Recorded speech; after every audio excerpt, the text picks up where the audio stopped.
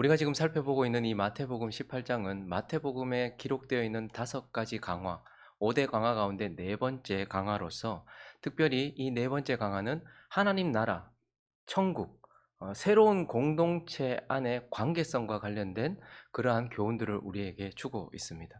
어제는 그 공동체 안에서 그 관계 속에서 누가 크냐 하는 것과 관련된 교훈들을 살펴보았죠. 오늘 본문은 이제 그 공동체 안에 특별한 두 부류의 사람들을 우리가 어떻게 대해야 하는가. 하나님 나라의 공동체 일원으로서 또 그 하나님 나라 공동체 안에서 두 부류의 사람들을 특별히 지금 이렇게 제시를 하고 그 사람들을 어떻게 대해야 하는가에 대한 그런 교훈인데, 먼저 첫 번째 부류는 15절에 보시면요. 첫째 줄 한번 읽어볼까요? 시작. 내 형제가 죄를 범하거든. 첫 번째 부류는 주께 죄를 범한 자, 주님께 죄를 범하고 있는 자, 하나님께 죄를 범하고 있는 부류의 사람, 이게 첫 번째 부류의 사람입니다. 그리고 또 한 부류의 사람은 21절에 나오는데요. 두 번째 줄까지 읽어봅니다. 시작. 그때에 베드로가 나와 이르되 주여, 형제가 내게 죄를 범하면. 첫 번째 부류는 하나님께 죄를 범한 거예요. 주께 죄를 범한 사람들이에요. 그리고 또 한 부류는요, 내게 직접적으로 죄를 범한 부류. 그러한 두 부류의 사람들이 있는데, 하나님 나라 공동체 안에서는 이제 이 관계 속에서 그러한 사람들을 어떻게 대우해야 하는가에 대하여서 주님은 우리에게 교훈을 주시고 계십니다. 그래서 오늘 본문을 통하여서 이러한 사람들에 대한 우리의 태도를 한번 살펴보고 어떻게 해야 되는지 교훈을 살펴보려고 합니다. 첫 번째, 주께 죄를 범한 자를 어떻게 해요? 사랑해라. 하나님께 죄를 범한 자들을 그래도 사랑해라라고 주님은 말씀하십니다. 오늘 본문을 시작하면서 11절은 없고요. 12절부터 아예 처음부터 주님은 주께 죄를 범하여 잃어버린 양된 자들, 잃어버린 자들이 된 자들에 대한 하나님의 마음, 주님의 마음을 우리에게 보여주세요. 12절부터 14절까지 읽어봅니다. 시작. 너희 생각에는 어떠하냐? 만일 어떤 사람이 양 100마리가 있는데 그 중에 하나가 길을 잃었으면 그 99마리를 산에 두고 가서 길 잃은 양을 찾지 않겠느냐? 진실로 너희에게 이르노니 만일 찾으면 길을 잃지 아니한 99마리보다 이것을 더 기뻐하리라. 이와 같이 이 작은 자 중에 하나라도 잃는 것은 하늘에 계신 너희 아버지의 뜻이 아니니라. 우리가 죄를 범하면 길을 잃게 됩니다. 그런데 그 100마리 양이 있었어요. 주님의 안에 있었어요. 그런데 죄를 범함으로써 한 마리가 길을 잃고 나갔단 말이에요. 그런데 하나님은 어떤 마음을 가지고 계신다는 거예요? 아유, 저거 그렇게 생각하지 않고 한 마리도 잃지 않는 것, 그 잃어버린 양을 찾는 것, 죄를 범함으로써 길을 잃은 자를 향해서 주님은, 하나님은 여전히 그를 사랑하고 계신다라는 먼저 하나님의 마음을 비춰주시면서 우리도 그러면 어떻게 해야 된다는 거예요? 주께 죄를 범하여서 길을 잃은 자를 향하여서 긍휼히 여기고 사랑을 해야 된다라고 주님은 우리에게 말씀하시는 것입니다. 죄를 범하는 사람을 보면서 좋아할 사람들은 없습니다. 그렇지만 주님은 그 죄를 범하여 길을 잃은 양을 보면서 긍휼한 마음을 가지고 계시고 우리 또한 같은 마음을 가지고 있어야 되고, 그래서 그들을 실질적으로 사랑하기를 원하세요. 그래서 오늘 본문을 보면요, 이제 길을 잃은 양을 향한 주님의 마음을 가지고 어떻게 사랑해야 되는가를 가르쳐주고 있는데, 일단 그를 사랑할 때 마음을 쏟아서 사랑해야 돼요. 15절부터 보시면요, 마음을 쏟아서 마음을 들여서 사랑해야 돼요. 자, 내 형제가 죄를 범하거든 어떻게 하래요? 가래요. 오기를 기다리는 게 아니라 가래요. 여러분, 죄를 범하여서 길을 잃고 멀리 가 있는 자를 향해 가는 것은 상당한 대가 지불입니다. 16절도 보세요. 갔는데, 나 혼자 갔는데 안 들어요. 그러면 한두 사람을 더 데리고 또 어떻게 해요? 가는 거예요. 이건 마음이 있는 대가 지불을 의미하는 거예요. 17절도 보세요. 그래도 안 되면요, 교회에 말하고 그렇게 해야 된다라고 이렇게 말하고 있는 거예요. 그러니까 지금 주님은 잃어버린 자, 죄를 범한 자, 주께 죄를 범한 자를 사랑하되 마음을 쏟으라는 거예요. 가는 대가 지불을 하면서, 대가를 지불하면서 가서 사랑해야 된다. 오라고 부르는 게 아니고 가야 된다. 주님이 죄 많은 이 세상에 몸을 입고 오신 것처럼, 이 세상으로 가신 것처럼, 하늘에서 이 세상으로 가신 것처럼 우리 또한 대가를 지불하고 가야 한다. 근데 15절을 또 한번 더 보시면요, 네 형제가 죄를 범했어요. 그러면 가서 어떻게 해야 된대요? 먼저는 그 사람과만 상대하고 그다음에 뭐 하래요? 권고하라. 만일 들으면 네가 형제를 어떻게 한다? 얻는다. 그러면 우리가 가는 이유는 그 사람의 죄를 드러내기 위함이 아니에요. 너 죄인이다라는 것을 밝혀내기 위함이 아니에요. 그 사람과만 상대해서 죄를 밝히는 것이 문제가 아니고 그가 지금 어떤 상태에 있는지를 보여주기 위한 것이고 목표는 얻기 위해서예요. 드러내고 하는 것이 아니라 어떻게든지 그를 다시 얻기 위하여 마음을 쏟아서 마음을 다해서 사랑해야 된다라고 말씀하는 것입니다. 대가를 지불하고 마음을 쏟아서 사랑해야 된다. 얻기 위하여 세심하게 사랑해야 된다라고 말해요. 그러나 또 한편 오늘 여기에는요. 마음을 다해서 세심하게 사랑하는 부분도 드러나지만 또한 주께 죄를 범한 자를 말씀대로 사랑하라라고 돼 있어요. 무슨 말인가 하면 15절을 다시 보시면요.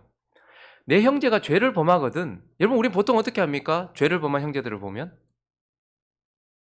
덮어두려고 하고 모른 척하려고 하는 경향이 있습니다. 근데 하나님은 어떻게 말씀하시죠? 가서 죄에 대하여서 그 사람에 대하여서 지금 벗어났음을 드러내는 거예요. 이거 진짜 어려운 거예요. 목사들도요. 목사임에도 불구하고 죄를 범하여서 주를 떠난 자에게 가서 덮어주기는 쉬워도 그냥 모른 척 해주기는 쉬워도 그것에 대해서 지금 하나님 앞에 죄를 지었다라고 말하기는 상당히 어렵습니다.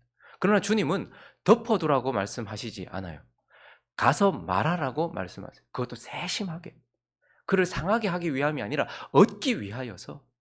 대부분 주를 멀리 떠난 사람들은, 여러분 자연과 멀리 떨어진 사람들은 건강이 좋지 않은 것처럼 주와 멀리 떨어져서 죄를 범하고 있는 사람들은 마음의 상태가 좋지 않아요. 날카롭기 마련입니다. 그리고 공격적이기 마련입니다. 그럼에도 불구하고 가서 덮어두지 말고 말하라 이렇게 말해요. 그리고요 오늘 15절부터 계속해서 보시면 오늘 순서가 있어요. 하나님께서 단순히 주께 죄를 범한 자를 얻기 위하여서 단순히 가서 간절하게 간곡하게 어떻게든지 끌어와라 이렇게 말하지 않고 하나님께서 정하신 질서가 있고 방법이 있어요. 먼저는 죄를 범한 자에게 내가 그것을 본 사람, 그 사람의 죄를 본 사람이 가서 권고하는 거예요. 죄를 범한 것에 있어서 권고하는 거예요. 그래서 그를 최대한 돌이키기 위해서 노력해야 되는 거예요. 자, 그런데 자기의 말을 듣지 않아요. 자, 그러면 16절로 넘어가 볼까요? 그러면 만일 듣지 않으면 그 다음에 어떻게 더 간곡하게 가서 해라 라는 것이 아니고 이번에는 어떻게 해요? 한두 사람을 데리고 가서 증참시켜서 증인의 입으로 너 그거 죄 지은 거 맞잖아.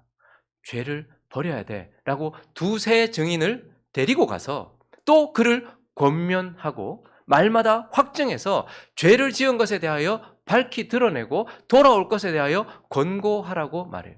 자, 그런데 두세 증인의 말도 듣지 않으면 그 다음에 어떻게 하라고 말합니까? 17절에 보니까 만일 나의 말을 듣지 않아요. 그러면 그들이 되어서 나가요. 그런데 그들의 말도 듣지 않아요. 그러면 어떻게 하라는 거예요? 교회에 말하라. 교회에는 치리 기간이 있습니다. 그래서 오늘 이 본문은요. 교회 안에서 죄를 범한 자들을 향한 치리의 룰이 됩니다. 치리를 할 때는 그냥 마구잡이를 하는 게 아니에요. 먼저 교회가 치리하기 전에 먼저 한 개인이 죄를 범한 자에게 가서 권고를 하고 그래도 안 들으면 두세 증인을 증참시켜서 가서 말하고 그래도 안 들으면 치리 기간을 통해서 교회에서 세워진 지금 우리 교회 같은 경우는 당회원들 그렇게 가서 교회의 이름으로 공적으로 그에게 죄에 대하여 지적하고 돌아오게 하라는 거예요. 자, 그런데도 교회의 말도 듣지 않으면 어떻게 해야 됩니까? 그냥 덮어놓고 그냥 있으라는 것이 아니고 이방인과 세리처럼 여기라. 그래서 그를 진짜 살리기 위하여서 출교시키라고 말하는 거예요. 어떻게든지 주께 돌아오게 하기 위하여서 주님의 그늘 아래 성도들의 교제의 그늘 아래서 벗어나서 세상에 나가서 죄를 따라 사는 것이 얼마나 괴로운지를 한번 깨닫고서 돌아오게 하기 위하여서 아픈 마음을 가지고서 어쨌든 공동체를 지키기 위해서 공동체에서 출교시키라는 거예요. 여러분 그런데 이렇게 사랑하는 건 어렵습니다. 이 시대의 문제는 하나님의 선에 인간의 악을 대입시키는 것이 아니라 하나님이 말하시는 선에 우리의 선을 대입시키는 게 문제예요. 그래서 우리는 덮어놓고 사랑을 하려고 해요. 주님은 가서 말하라고 하는데 이게 문제죠. 그리고요. 교회가 말해도 듣지 않으면 어떡하라는 거예요. 주님은 반드시 조치를 취해라고 말하는데 이거 어렵거든요. 여러분, 한 사람이 가서 말했는데 듣지 않아요? 두세 사람이 증잠시켜서 말했는데도 듣지 않아요? 그리고 교회가 말했는데도 듣지 않아요? 그러면 그 사람 엄청나게 강팍한 사람이거든요. 근데 그런 사람을 출교시키고 그런 사람에게 조치를 취하는 것은 아픔이고 고통이고 어려움이에요. 그렇지만 주님은 어떻게 하라는 거예요? 그렇게 해라라고 말씀하고 있어요. 그러니 주께 죄를 범한 자에게 있어서는 말씀대로 질서를 따라 말씀을 따라 사랑해라라고 이렇게 말씀하시는 것입니다. 자, 그러나 오늘 본문에서 또 한 가지를 더 이야기하는데 마음을 쏟아서 세심한 마음과 사랑을 담아서 그리고 하나님의 말씀을 따라서 그러나 또 한 가지는 끝까지 사랑해야 된다라고 말해요. 17절을 보시면요. 우리가 오해하지 말아야 될 것이 있는데 만일 그들의 말도 듣지 않아요. 그래서 이제 교회가 말했어요. 근데 교회의 말도 듣지 않아요. 자, 그러면 어떻게 여기래요? 이방인과 세리처럼 여기래요. 그러니까 일단 이 공동체 안에서 나가야 되는 거예요. 이 공동체의 일원으로서는 받아들일 수 없는 거예요. 그러나 이방인과 세리처럼 여기라는 말을 마귀처럼 여기고 지옥의 땔감 정도로 그리고 개처럼 여기라는 말이 아니에요. 여기서 이방인과 세리처럼 여기라는 것은 저들이 하나님이 없는 인생이었구나. 그러니까 처음부터 시작해야 될 인생이었구나. 거듭남부터 회개부터 해야 될 인생이었고 처음부터 하나님께 돌아오지 않고 처음부터 주의 백성이 아니었으니 이방인 하나님이 없는 백성들 그리고 세리 하나님을 섬기지 않는 돈을 섬기는 자들 우상 숭배자들이었구나. 그러니 어떻게 하라는 거예요? 믿지 않는 자들을 대하듯 그렇게 그들이 돌아올 수 있도록 저들은 처음부터 하나님의 사람이 아니었구나. 그러니까 처음부터 시작해야 될 존재들인 거예요. 그래서 18절부터 보시면 그들을 향해서 놓지 않고 이제 어떻게 하라는 거예요? 18절 19절 읽어주십시오. 시작.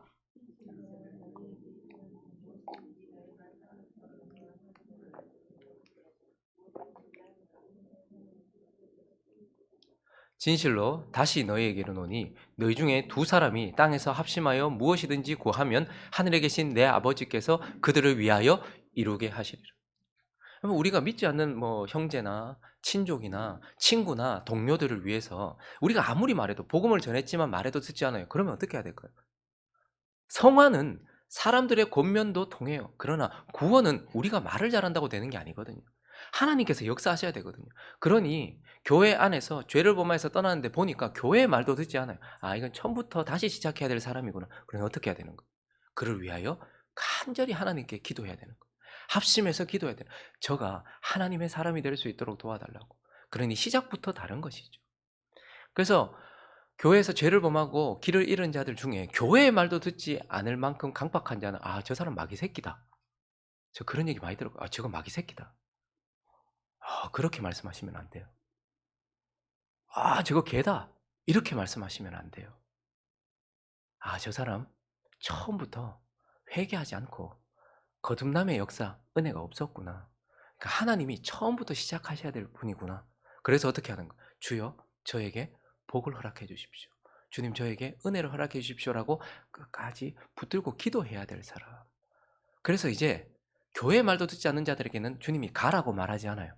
대신에 교회 말을 듣지 않는 자를 위해서는 주님께서 주님께로 나아가서 주님께 기도해라라고 말해요. 그래서 주님이 먼저 가셔야 될 인생으로 삼고서 끝까지 기도해야 된다. 붙들고 사랑해야 된다라고 말합니다.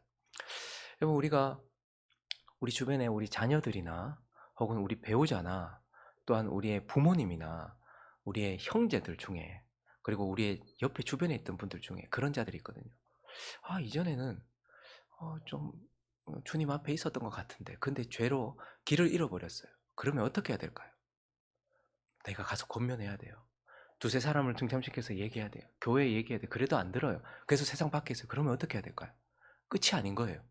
이제 그들에게 가는 것이 아니라 나는 최선을 다해서 그들에게 가야 되겠지만 이제는 최선을 다해서 주께 가야 되는 거예요. 합심하여서 그들을 놓고서 주여 잃어버리지 않게 해주십시오. 붙들어 주십시오라고 주께 범죄한 자를 끝까지 사랑해야 된다라고 말씀하고 있는 것입니다. 자, 그리고 두 번째 부류의 사람이 있는데요. 이제 내게 죄를 범한 자, 그를 어떻게 해야 된다고 말합니까? 용서하라. 여러분, 이건 받을 때는 쉬운데 하는 것은 정말 어려운 거예요. 사랑도요, 받을 때는 쉬운데 하는 것은 정말 어려운 거예요. 그런데 주님은 내게 죄를 범한 자를 용서해라라고 말해요. 오늘 21절에 보니까요. 베드로가 의기양양하게 죽게 나왔어요. 주여, 형제가 내게 죄를 범하면 나를 상하게 하면 몇 번이나 용서해 주리까? 아니 주님 대답도 안 했는데 자기가 뭐라고 말합니까? 7번까지 하리까? 여러분 이거 지금 엄청난 제시거든요. 왜냐하면 그 당시에 랍비들은 유대인 선생들은 3번까지 용서하라고 가르쳤어요. 근데 여러분 3번 용서하는 거 쉽습니까? 솔직히 같은 죄를 똑같이 반복하면 우리는 여러분 한 번에 상처 난 곳에 또 상처를 내고 또 상처를 내면 감당하기 어렵거든요. 3번 용서하는 것도 어려워요. 그런데 지금 베드로가 그 곱을 넘어서서 7번까지 하리까? 이렇게 얘기했어요. 자, 그런데 오늘 주님이 22절을 읽어볼까요? 시작. 예수께서 이르시되 내게 이르노니 7번뿐 아니라 7번을 70번까지라도 하지. 베드로가 기가 막혔을 거예요. 7번뿐만 아니라 70번을 하래요. 490번. 그런데 여러분 이건 그냥 단순히 490번이 아니고 끝까지 용서하라는 거예요. 영원히 용서하라는 거예요. 계속 용서하라는 거예요. 용서는 우리가 하고 말고의 문제가 아니라 무조건 해야 되는 것이다 라고 말씀하시면서 주님은 우리의 수준과 상관없이 용서는 우리가 늘 사랑해야 되는 것처럼 용서해야 된다. 그것도 내게 상처를 준 자, 내게 죄를 범한 자를 용서해야 된다라고 말합니다. 여러분 이거 쉬운 거 아닙니다. 많은 사람들이 보면 용서를 하지 못해서 남편에게, 아내에게, 부모에게, 자식에게, 뭐 주변에 있는 사람들에게. 근데 이런 말을 들을 때마다 마음이 너무 어려운 거예요. 노력을 했는데 안 되잖아요. 진짜 너무 어려운 거예요.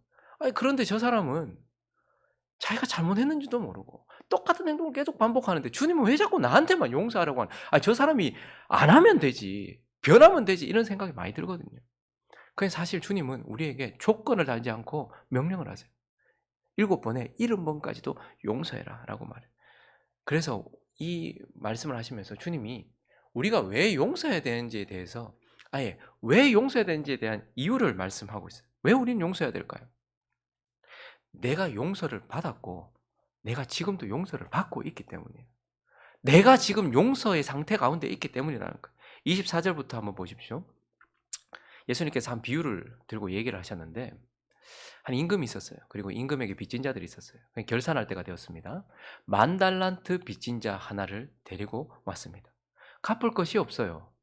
그런데 주인이 명하여서 그러면 몸이라도 팔고 자식이라도 팔아서 모든 소유를 다 팔아서 갚아라 라고 말했더니 그 종이 엎드려 절하며 이르되 내게 참으소서 내가 어떻게든지 갚아보겠습니다 라고 시간을 끌었어요. 근데 그 종의 주인이 불쌍히 여겨서 놓아보내면서 그 빚을 어떻게 했대요? 탕감해 주었다. 그래서 1만 달란트를 탕감해 주었다. 달란트는 그 당시 화폐 단위에서 가장 큰 단위고요. 만이라는 것은 숫자 중에 가장 크다 여겨졌던 숫자예요. 그러니까 가장 많은 헤아릴 수 없는 빚이었어요. 그런데 주인이 어떻게 했습니까? 대가 지불도 요구하지 않고 그냥 갚아줬어요.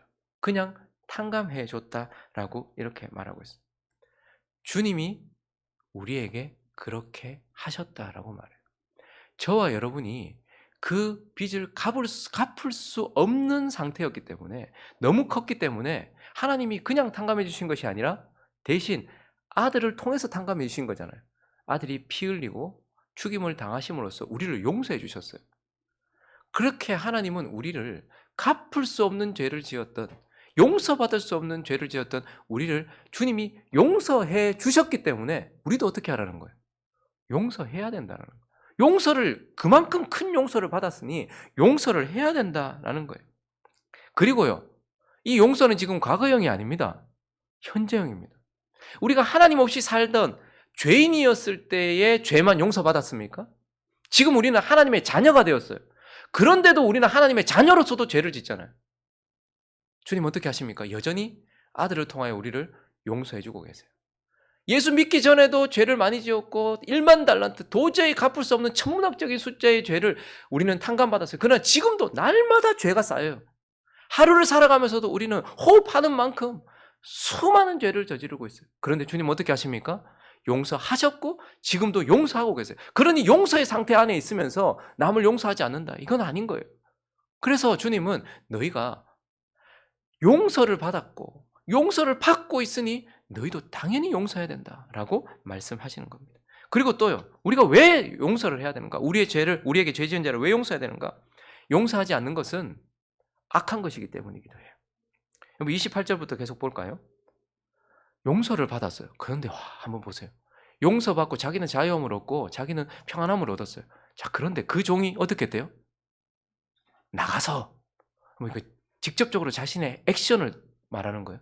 자기에게 100데나리온 빚진 동료 한 사람을 찾아간 거예요. 그리고요, 붙들고 목을 잡고서 빚을 갚아라. 네 잘못했잖아. 라고 하는 거예요.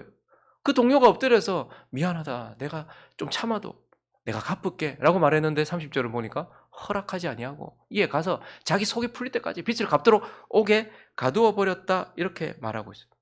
여러분, 지금 이거 얼마나 용서를 받아놓고 누군가를 상하게 하는 것은 직접적인 자기의 악한 행동이에요. 주님은 내게 오셔서 나를 용서해 주셨어요. 그런데요, 내게 상처를 주고 내게 죄를 범한 자한테 찾아가가지고 그의 목을 붙들고서 막 용서를 해주지 않고 갚아라라고 이야기하는 게 얼마나 악한 것입니까? 그러니까 임금이 뭐라고 말합니까? 32절에 보니까요. 이에 주인이 그를 불러다가 말하되 뭐라고요? 악한 종아, 너는 내게서 용서를 받고 긍휼을 입어놓고 너는 적극적으로 나아가서 그 사람들을 네게 죄를 범한 자, 네 마음에 상처를 줬다고 그들의 목을 붙들고서 그를 옥에 가두려고 하고 있는 악하다라고 말하고 있는 거예요. 여러분, 100데나리온은 작은 돈은 아닙니다. 한 데나리온이 그 당시 성인 남자가 하루 동안 일한 품삯이에요. 그러니까 100데나리온은 큰 돈이죠. 그렇지만 1만 달란트에 비하면 한 달란트가 6,000데나리온입니다. 그런데 1만 달란트니까요, 자신은 20만 년 일해서 얻을 돈을 탕감받았단 말이에요. 여러분, 사실 사람은 다 자기 위주로 생각하기 때문에 사람이 옆에서 머리가 터져도 자기 손에 가시 하나 들어가는 것을 더 크고 아프게 여기는 게 우리의 악한 인간의 본성이에요. 100데나리온이 작은 건 아니에요. 남편이 내게 상처를 주기도 하고 아내가 내게 상처를 주기도 해요.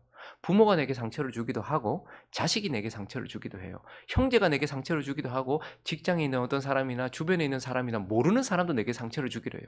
그것이 100데나리온이에요. 엄청나게 크게 느껴져요. 너무너무 아파요. 그렇지만 나는 주님께 1만 달란트를 빚진 자예요. 그런 우리가 탕감을 받아놓고 내게 100데나리온 빚진 자를 붙들어 가지고 그렇게 하는 것은 주님 앞에서 악한 것이기 때문에 우리는 7번에 70번까지 용서해야 된다라고 말해요. 그러나 또 한 가지, 내가 용서를 받았기 때문에 용서하는 건 당연한 것이고, 그리고 이건 악한 것이기 때문에 용서해야 되는 것이 당연한 것이고, 또 하나는요, 용서하지 않는 것은 어리석은 것이기 때문에 그래요. 용서를 하지 않는다? 여러분, 용서하지 않은 인생의 결국이 무엇인가 하니까 33절과 34절입니다. 읽어볼까요? 시작. 내가 너를 불쌍히 여긴과 같이 너도 내 동료를 불쌍히 여김이 마땅하지 아니하냐 하고 주인이 노하여 그 빚을 다 갚도록 그를 옥졸들에게, 결국 그가 어떻게 됐어요? 옥에 갇혔어요. 그러면 이건 형제를 용서하지 않은, 자기에게 죄를 범한 자를 용서하지 않은 자는 지옥 간다, 이런 얘기를 하는 것이 아니라 그가 옥에 갇혔다는 거예요. 어둡고 답답하고 고통스러운 옥에 갇혔다. 여러분, 누군가를 용서하지 않으면 스스로가 옥에 갇히는 것과 같아요. 이게 정말 어리석은 거예요. 내가 용서하지 않은 그 사람은 아무 상관없이 그냥 살아가요. 내게 상처를 준 사람은요, 아무 상관없이 살아요. 그래서 내가 그를 용서하지 않고 계속 앙심을 품고 있으면 결국 나 스스로 그 사람 때문에, 그 사람에 의하여 옥에 갇힌 것과 같아요. 늘 그 사람은 분노해 있고, 늘 그 사람은 스트레스 가운데 있고, 늘 그 사람은 질병 가운데 있어요. 몸이 아프고 마음이 아픈 거예요. 그러니 그 사람을 용서하지 않으면 그 사람을 위해서 용서해야 된다고 말씀하시지 않아요, 주님은. 니를 위해서 용서해야 된다. 용서하지 않으면, 용서받지 않은 그 사람은 아무 상관없이 하루하루를 살아갈 거야. 근데 너는 그 사람 때문에 너 스스로 옥에 갇혀서 그 어둡고 고통스러운 옥에 갇혀 있게 돼. 그러니 용서하지 않는 것은 어리석은 거야. 그리고 오늘 35절에 보니까요, 너희가 각각 마음으로부터 형제를 용서하지 않으면 나의 하늘 아버지께서도 너희에게 이와 같이 하시리라. 그래서 주기도문에 어떻게 우리에게 필요한 것, 주기도문은요, 우리가 필요한 것들을 구하도록 가르쳐 주신 기도잖아요. 외워서 그렇게 하라는 것이 아니고, 그렇게 되면 주문이 돼요. 기도가 빠지고 주기도문에서 그걸 외워 가지고 하면 기도는 빠지고 주문이 돼요. 그런데 주기도문은 이러한 형식, 이러한 내용들을 담아서 기도하라는 거거든요. 앞에 세 가지 간구는 하나님을 향한 간구예요. 그런데 뒤에 세 가지 간구, 일용할 양식을 주옵시고 우리가 우리에게 죄 지은 자를 사하여 준 것 같이 우리 죄를 사하여 주. 우리 죄 사함이 오늘도 필요해요. 십자가 예수 그리스도로 인하여 죄 사함을 받았거든요. 그래서 하나님의 자녀가 되었어요. 그렇지만 오늘도 여전히 아들로서 짓는 죄를 용서함을 받아야 돼요. 그런데 이 용서는 어떻게 되는 거예요? 처음 우리가 죄인이었을 때 용서를 받았을 때는 값없이 받았어요. 그러나 이제 하나님의 자녀가 된 우리에게 쌓이는 죄는 어떻게 용서받는데요? 우리가 우리에게 죄 지은 자를 사하여 준 것 같이 우리 죄를 사하여 주옵시고. 그러니 내가 누군가를 용서하지 않으면요, 그 사람 때문에 옥에 갇힌 상태가 되는 것도 있지만 하나님과의 관계가 깨지는 거예요.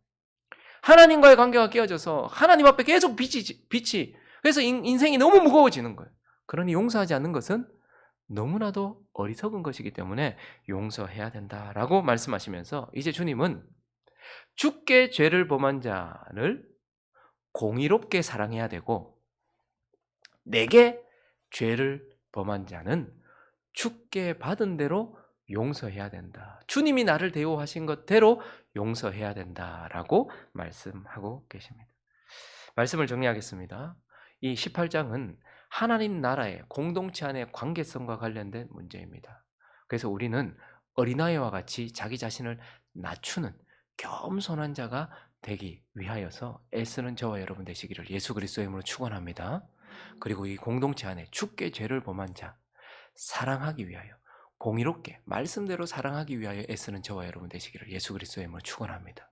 그리고 지금도 내게 상처를 주고 죄를 범하는 자 주께 사랑 용서받은 대로 그를 용서하기 위하여 애쓰고 용서하는 저와 여러분 되시기를 예수 그리스도의 이름으로 축원합니다.